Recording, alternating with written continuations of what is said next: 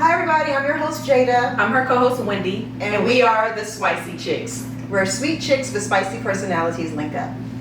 So, I have something that I want to discuss today. Going right into it. We're going to have to get right into it because it's something that really bothers me to the point where I feel like it's a trigger. And I think it's a trigger because I am a black woman, a single black woman in Atlanta.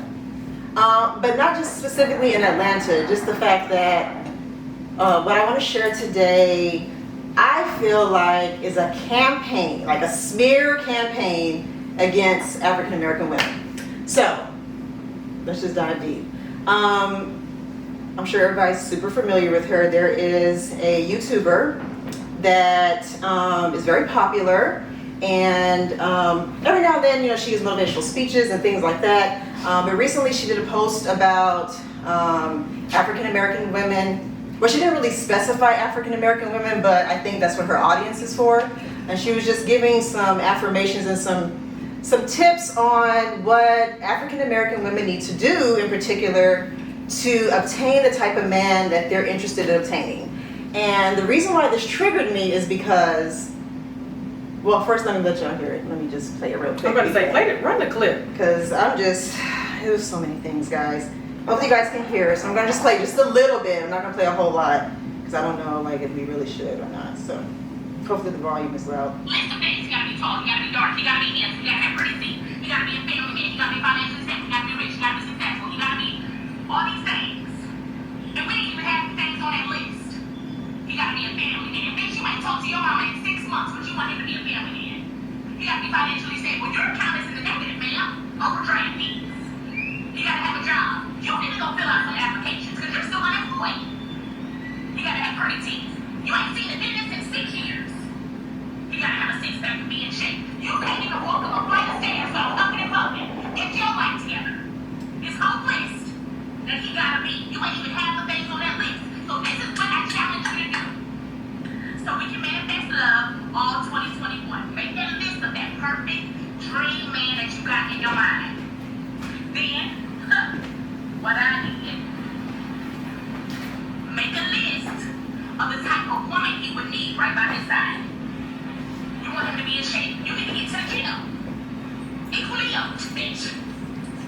You want him to be financially stable, well, you need to start saving. So you can't keep a dime to your name. Huh? You want him to be a family man, call your mama, you become a family woman. Heal your trauma before you put all this shit on him. You want him to be patient, bitch, your patience is thin. Okay, we can stop. We don't have to listen to all of it.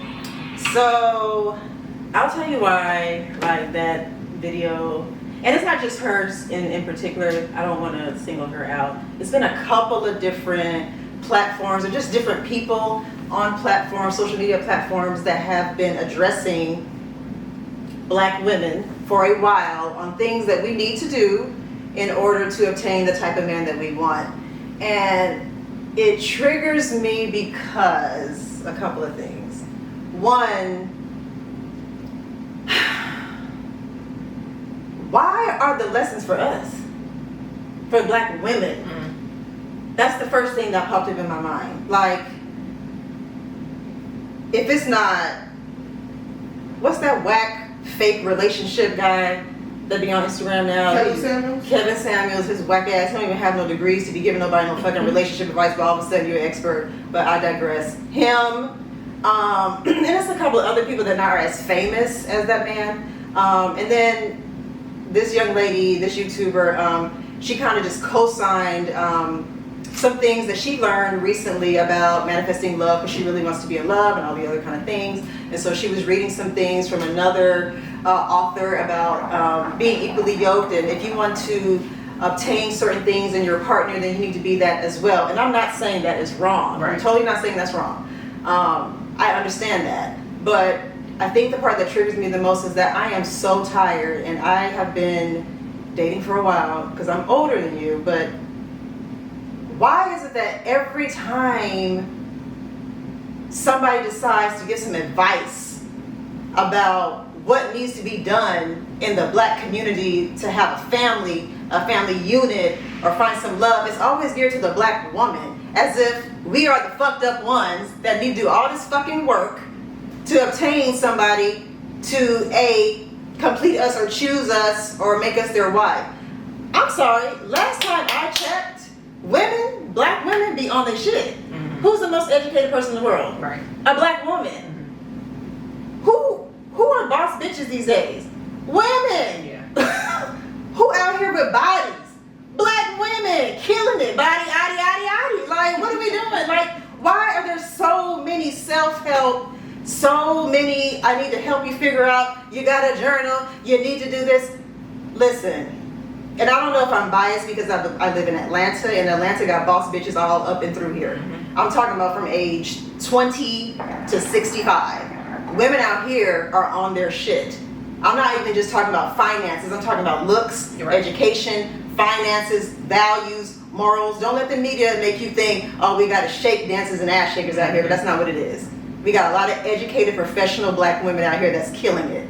And it's just irritating to me, and it triggered me because last time I checked, I think our black men, I love black men. Our men, I feel like, need some self-help books.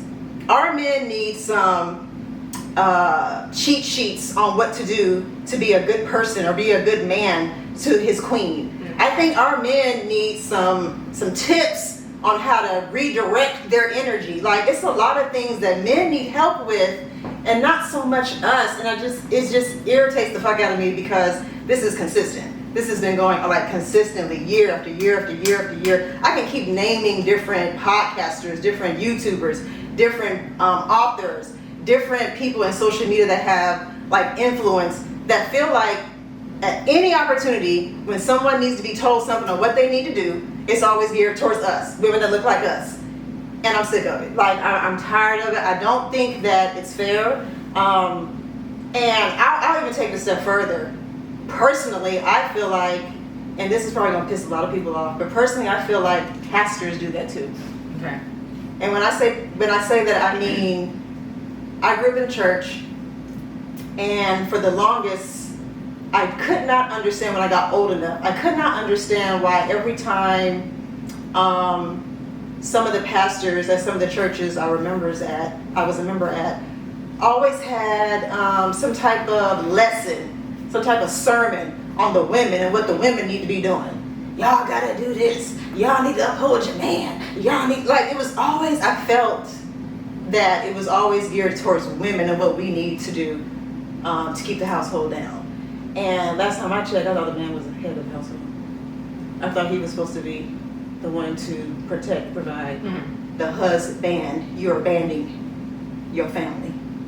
So he needs to be the one to keep getting lessons. He needs to be the one to keep getting tips. He needs to be the one to keep getting reminded of what needs to do. Like, why is it always us? So that just pissed me off, and I just want to talk about that today because I'm sick of it. I'm sick of Kevin Samuels.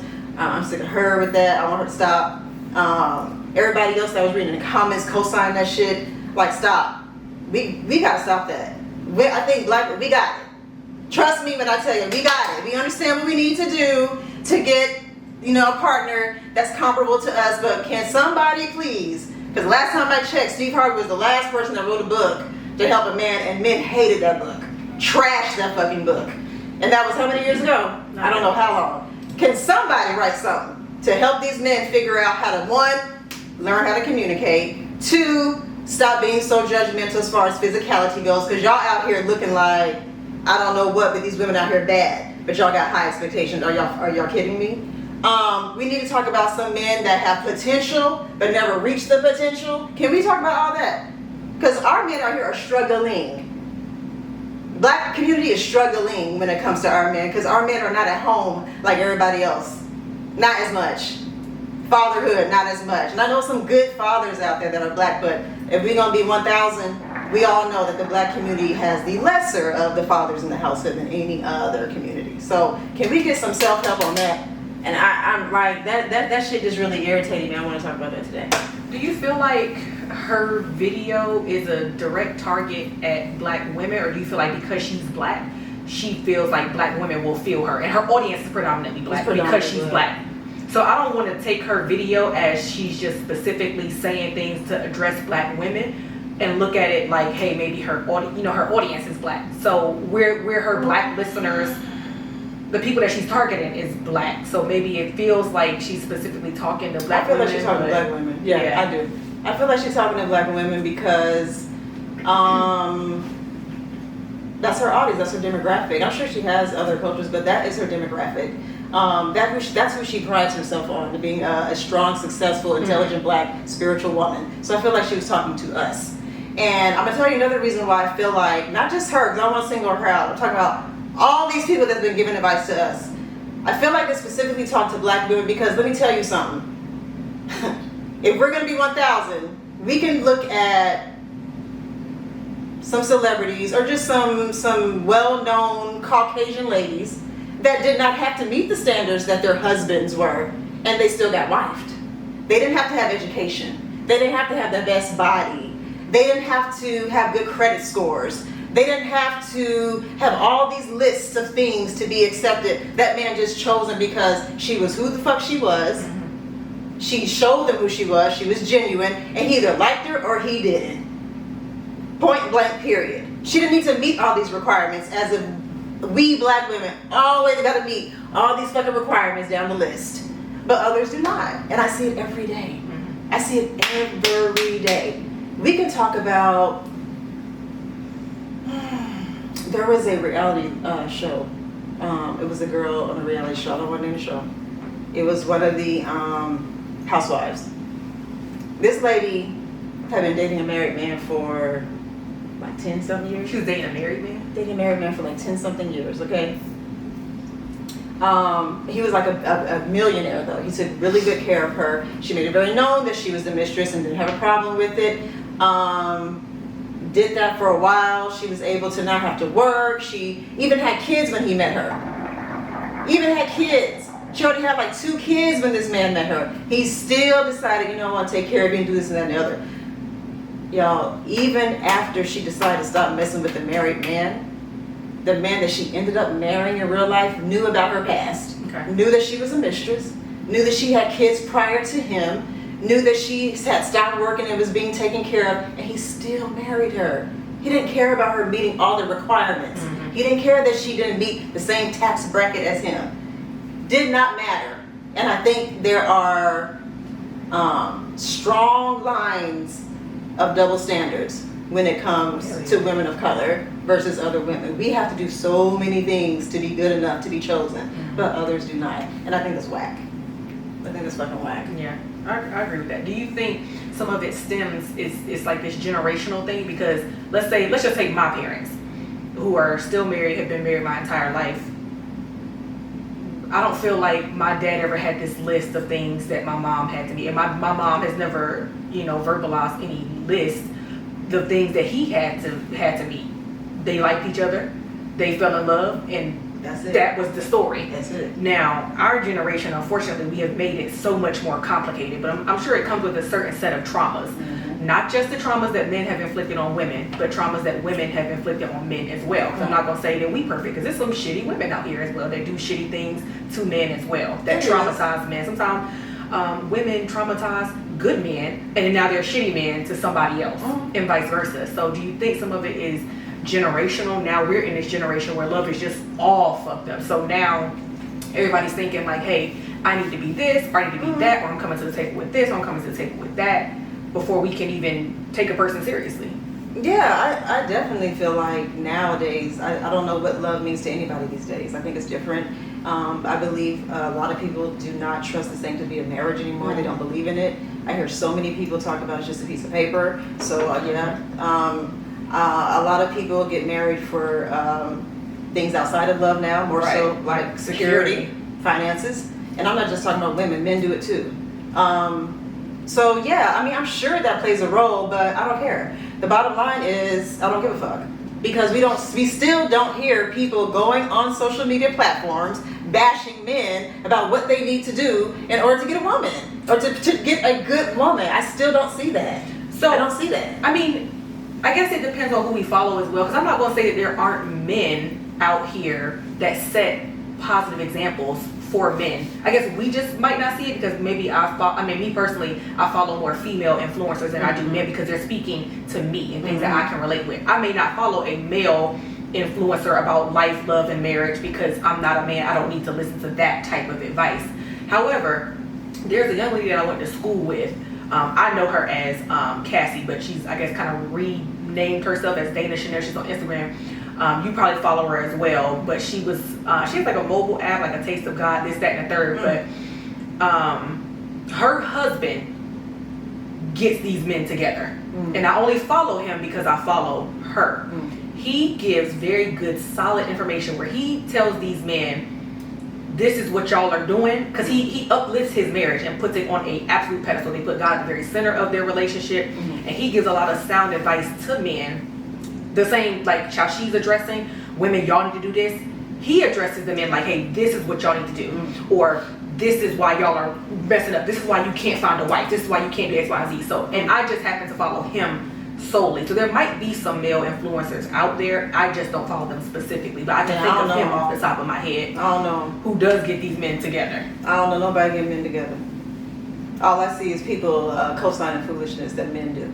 I don't see nobody getting men together. And that might be, I mean, I follow very random people, but maybe I just haven't run across it. But if anybody knows anybody's Instagram page or YouTube page where men are actually giving some sound quality, inspiring advice to men, and not just black men, just men, period, then share it with me because I don't know it.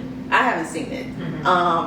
And I definitely would big it up if I knew it, but I don't see that type of stuff. Like, I never hear anything recently. I have not heard anything from like a therapist or relationship coach or relationship expert that were giving advice to men. I just have not seen it. Unless you're watching something tragic like Iyanla. But Iyanla normally deals with things that are probably more heavy than just, finding your perfect mate. Her topics are super heavy. So that's when I see men get told to get put together on things like that, but not something as light as just relationship advice. I never see that. I don't see it. And it just bothered me, and I was just scrolling through the comments, and it was so many women, and I was so happy to see it was other women of other nationalities that were like, y'all gotta stop. Like, women are out here doing great things. You have to stop. It takes two. It's not just what women need to do. It's what human beings need to do together, period. Yeah, not just women. Right. And it's unfortunate that I feel like so much is always on the backs of a woman. And I understand. Amongst everything else. Yeah, like, I understand we are, I am woman, hear me roar, but it's like, geez Louise, how much more does a woman need to carry? So now she has to carry the relationship too. She has to be the best on all things. And you and I talked about something, I don't know if it was recent or in the past, about that whole strong woman thing, and how I particularly don't like the term being a strong black woman. I don't really like that term. Okay. Not because I don't come from those type of women. It's because sometimes I feel like that title or that label implies that you have no room to be vulnerable as a woman. You have no room to be soft. And I don't want any man to think I'm like that. I'm not rough and tough and hard all the time. I can be. My mom didn't raise no punk, but at the same time, I want to be vulnerable. I want to be soft. I want to be tender. I want to be gentle. I'll even be passive in some ways, or I guess submissive in some ways for the right person. You know what I mean? So I don't even like that. Like, how do you feel about that term, strong black woman? Like, I don't even like that. Just call me a woman. Yeah, it's heavy because it does entail a lot. When people use that term, like you said, you've got so much on your back as a black woman already, whether it's black traumas, whether it's, everything you've come from in the past, everything they're looking for women to be. So it does imply that I can't have room to be emotional. Yeah. And women are emotional beings. So when you try to strip a woman of that, you're stripping me of my natural aura. Yeah. And it's okay. I mean, because don't get me wrong, I know how you feel about like fake feminists and things like that. But I do resonate with the strong black woman coin phrase, because it does entail everything that we are. Like, don't discredit us. We're not weak black women. We are strong black women. And that's, you know, I'm around women every day that are in the gym and things like that, and bosses and business owners and this and that. And you see women go through their entire pregnancies, working out the entire time. Like, don't discredit us. I resonate completely with the strong black woman term, because it encompasses everything that we do on a daily basis. Whether you're gonna give it credit or not, I see us each and every day manifesting everything that we want, going after everything that we want every single day.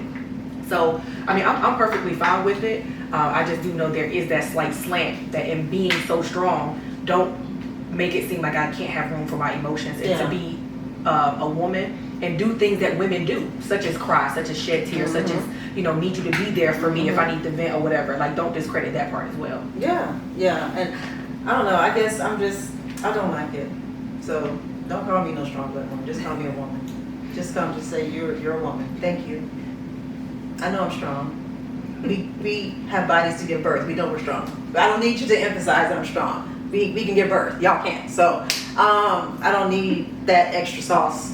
I'm just a woman. But I get what you're saying.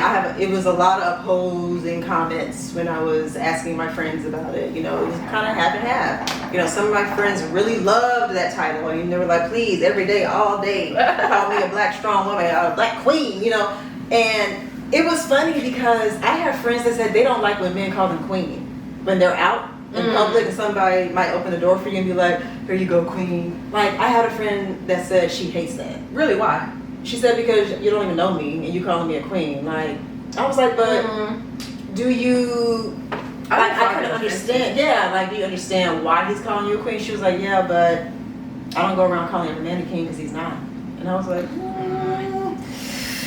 I mean, I get it, but at the same but it's time, no foul. No, you know, it's no right. harm, no foul to call somebody that. Now, granted, I think it's a little cheesy to be like, "Hey, king," whatever. I think it's a little cheesy, but I mean, I don't find it offensive if somebody says it. You know, says queen or whatever the case may be.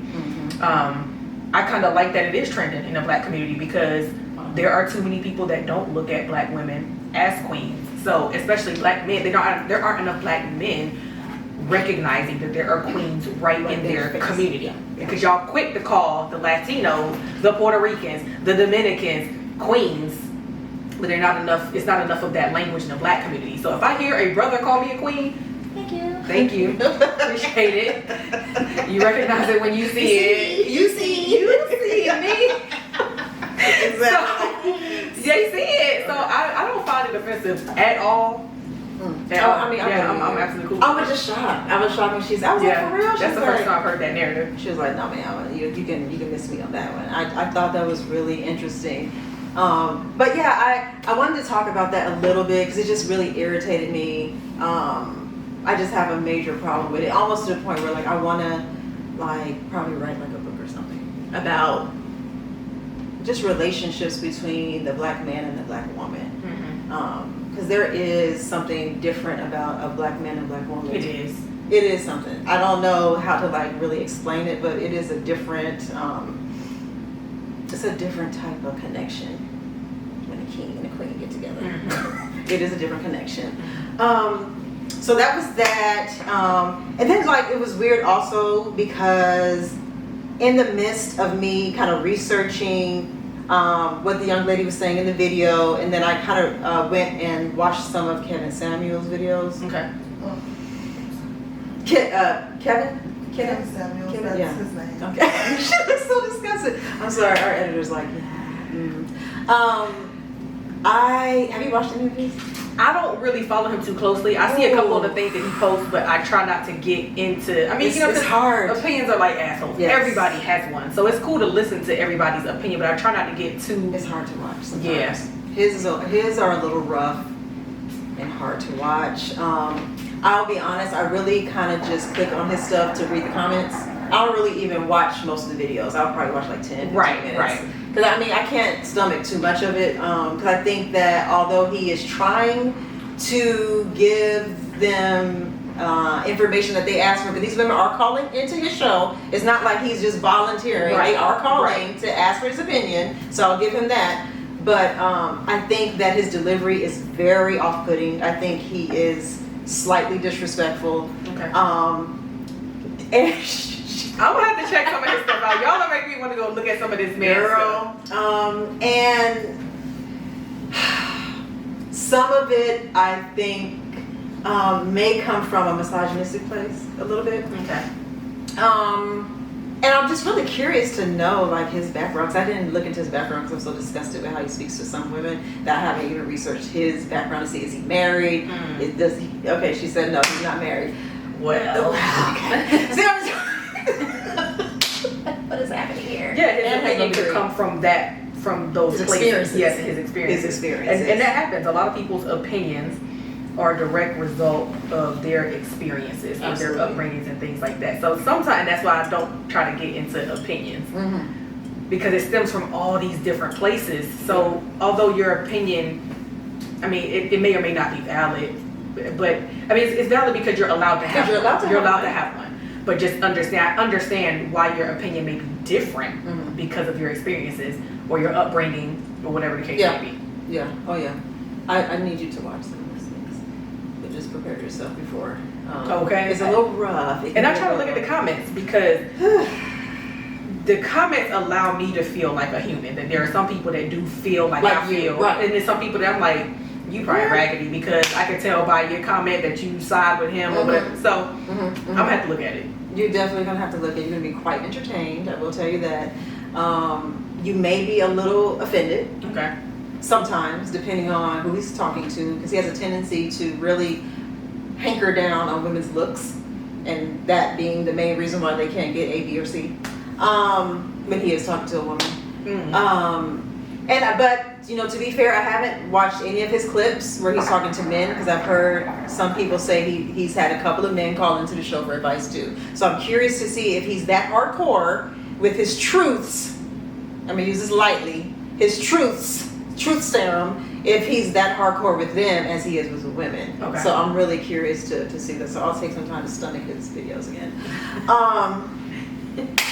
But yeah, I wanted to talk about that briefly, and I wanted just to get your opinion on it, because I thought that I can't stomach anymore of it, Wendy. Like, I'm so sick of it. I'm so sick of it. And if anybody doesn't know, I'm a hopeless romantic, so I believe everybody has a possibility of love, and I don't think love looks any kind of certain way. Right. It could be any other kind of way. It's relative. So I have a hard time when people try to tell somebody how to find love. How? How are you gonna tell them? Right. When it's relative. You don't know. You don't know what they need. You don't know what they want. Right. I agree with that. You know what I mean? So it just bothers me, and I didn't like what I read, and I didn't like the comments, and then I didn't like that she was going so hard, but she does it a lot. She goes really hard. She's in Aries too. She's born like 2 days before me, so I kind of understand her. So I understand why she's so like, but ma'am and sir. So okay, now the main topic of today, which is going to be a little testy, because we're still focused on women, but we're going to talk today about women in leadership positions in the workplace. I'm gonna let you swallow first. Okay, because it was stuck right there. I'm gonna let you start, because I know that you have some things to say about it, and then I'll put my little 2 cents in, and we'll see what happens. are we specifically speaking about black women in the No, workplace? just women, period, because I think it goes across the fucking board. Because my worst experiences have been with black women in leadership Okay. in the workplace. Okay. I have had personal experiences at more than one of my jobs where black women that are in higher positions than me have made my life a living hell. Yeah, I know. Me too. And I don't know where that stems from. I can guess where it stems from. But again, I don't understand it, because you are in a higher tax bracket than me, but you're worried about me down here, who potentially is looking up to where you are and want to be where you're at, but you're so worried about what I'm doing. Yeah. So Yeah. I had particular experiences where I had she wasn't even my boss, she was like an auditor. but she was a woman of another sorority. Shout out to all the Deltas out there, but I am an AKA. Just to say, I got a lot of love for women of Delta Sigma Theta. However, mother's in the building. So, but anyway, I'm sorry. Y'all, the Delta in here is giving some ugly looks. That side eye. It's all good. It's all good. I have a lot of love. Okay. But she made my life a living hell. And when I say that, like, you know, Like how? Like, this, what was she okay, doing? this particular instance, I was cross-trained at this particular job. Okay. And I had my AKA mouse pad on my desk in my personal office, but I had a BMW mouse pad at my teller window that was on the other side of the building. Because, for instance, if I was done with my clients, I could go and assist the teller line if they had a line, and vice versa. If they were done, but a client needed to sit with a banker, they came and sat with me, I would lock up, go over to my desk. Okay. So she came in auditing, and she was like, hey, you can't have this mouse pad on your desk. And she told me that because I was not endorsed by my sorority, I could not have it on my desk. So I'm like, okay. Never heard that. Okay. But I'm also not endorsed by BMW. You never But- said a thing about the mouse pad that was on my desk over there. So it wasn't until, I mean, it was months down the line. She was always trying me, like, in various situations, like just coming to work. You know, if I had my slides on, like, as I was, before work started, she made a big deal about that. And she made it seem like, hey, you got to come in the building dressed for work. Like, we might enter the building 30 minutes before work to get open or whatever. Of course, So why do I need to have on my work shoes before we open the doors to the general public? Right. Like, just little things that she wouldn't nitpick about other people. You know what I mean? So she just really made my life a living hell. Up until we had like a personal conversation type deal, she kind of lightened the load a little bit. But I noticed that she was extremely hard on me for whatever reason. And I can only speculate various things. Or you know, some people like to fuck with the new girl. Like, Was she older than you? She was older That than me. always happens. And that's the thing. Like, you What is older that? than me. Why you worried about what I'm doing and what I got going on? You know, if it's coming from a genuine place of my development and you wanting me to grow, I can completely understand that. Right. But you know, she would nitpick with me about like, hey, you don't have a profile picture set up on Workday and it's required.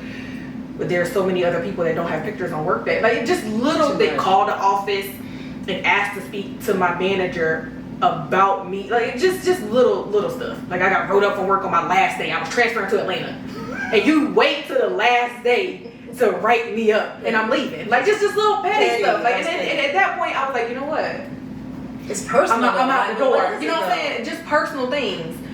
And I've had a separate situation where, you know, I'm new to work, so you really try to get in where you fit in Of with course. everybody. Yeah. Like, you know, I'm a new girl. I ain't coming in there starting no shit. Like, I'm just coming in here trying to learn, trying to vibe with everybody, whatever the case may be. I believe you can find friends at work, and I believe as much time as you spend at you're work, going to, why should this eventually. be hell on earth? You know what I'm saying? Yeah. But, you know, I just had specific situations where my nails were a problem, or this was a problem, or, you know, sometimes if you're the new girl on the block, but now the attention has started to focus on you, they don't like that. They don't like that. And I'm like, I don't even be here for all that. They don't like that. You know what I'm saying? They don't like that. So now you start to notice you getting treated this way, or you getting treated that way, or whatever the case may be. I've just had some really bad experiences It sounds like with black women in the workplace. And it's like, honestly, especially in Atlanta, or if you work at, me specifically, when I was in the office, I was working in Buckhead. My clients don't look like me. So if my coworkers look like me, we should all be cool. We should all vibe, whatever the case may be. Because we got the ops coming in here. The ops coming in here, and they want everything they want to bring us all down. So, and I believe you can learn so much from the other women in your workplace. If they've been in the business longer than you. If you trying to get promoted, I'm trying to get promoted too. I agree. So why are you so worried about me not getting promoted? You worried about me taking your spot. Right. And while I might be trying to get to your spot, taking your spot means that you might have gotten promoted too, or something like that. You know what I'm saying? Like, I don't come in the workplace looking for no drama, looking for no shit, looking for no mess. But it seems like if you are no longer the head bitch in charge, or if you're not the person that is drawing all the attention, or whatever the case may be, they don't like that. And I'm like, but we ain't here for none of that. You know what I'm saying? They be there for but that. I guess they be there for They're that. really there for I guess that. they be there for that. And I just have that problem with black women. If it's some Caucasian females, whatever, in my office, they don't start no shit. That's sad. They love me. You know what I'm saying? They don't start no drama. They don't start no problem. They want to be friends. They want to be cool. But I notice with other black women, you got an attitude in the way you speak. Mm-hmm. You act like you don't want to say good morning. You act like you don't want to do this. You act like you don't want to do that. And I'm just like, I don't understand where that energy comes from. It is a strange energy. It's weird. It's a weird flex. Like, I don't understand why people move like that. It is strange. I really don't get it. It's you're making me think about. So currently, I have a female supervisor. She's a sister. She's only been my supervisor for about a month. Prior to her, though, I had two males, two brothers. This is the clear distinction that I know women in leadership got issues.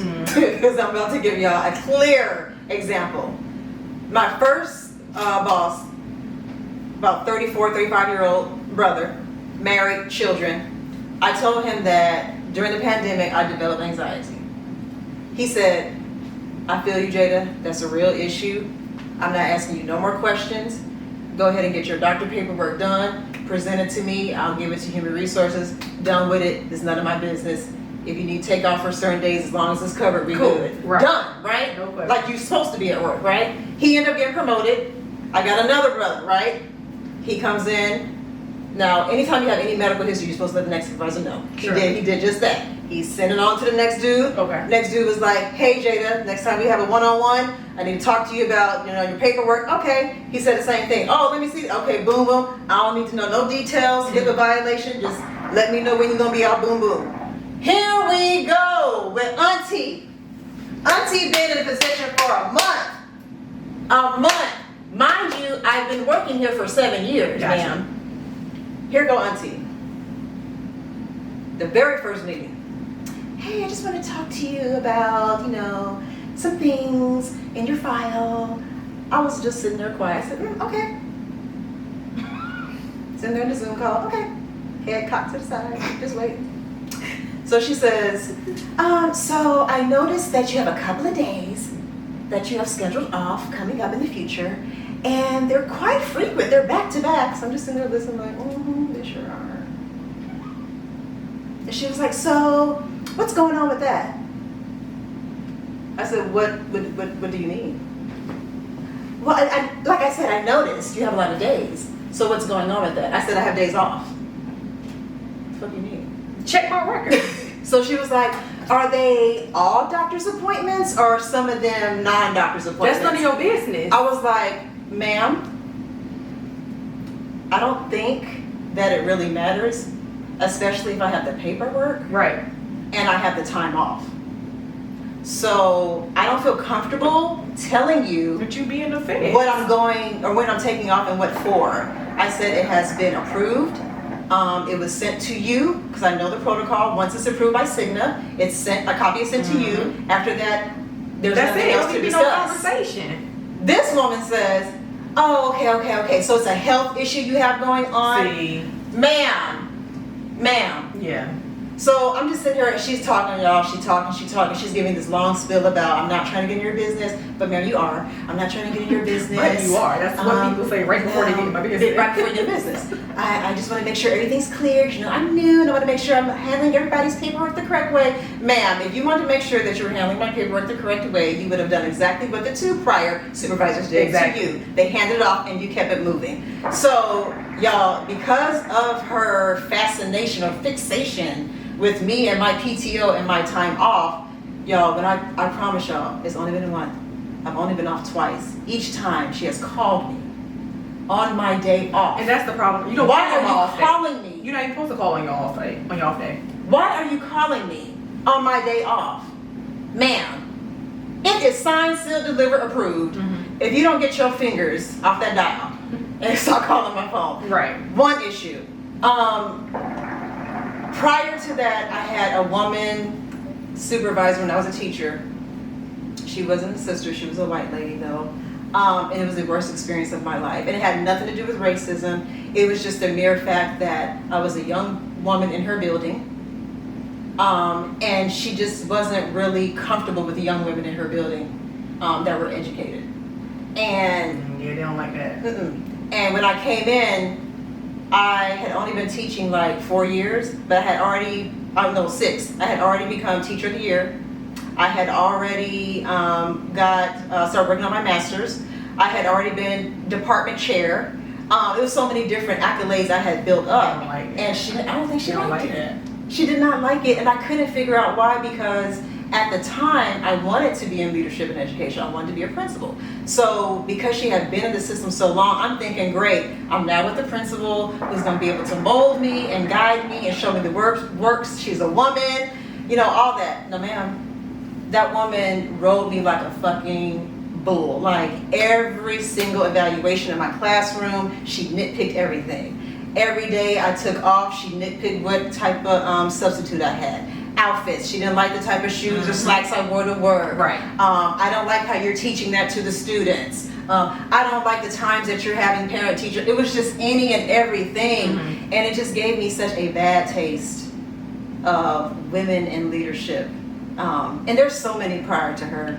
We'll probably have to do this another time. I'm about to say, this could be a whole episode. This could be a whole another episode. Because it's really a problem. It is. It is. It's a real problem where people in leadership misabuse the opportunity and what it means to lead. To lead. And just because you're a manager doesn't mean that you're quite fit to manage people. You might be meant to manage processes and that's a good systems one. and things like that, but you may not be meant to manage people. It takes a special kind of person to be a real manager. Oh, you know what I mean? And managing encompasses so many things. Yeah. Personal development. All day. It involves you leaving your personal shit behind. Aside. Because you got people under you that are dealing with personal things and you're expecting them to do the same thing. Yeah.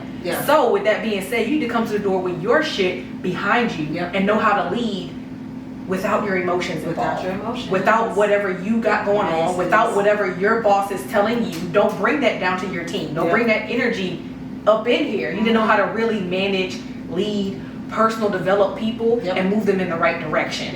You should be concerned about your people.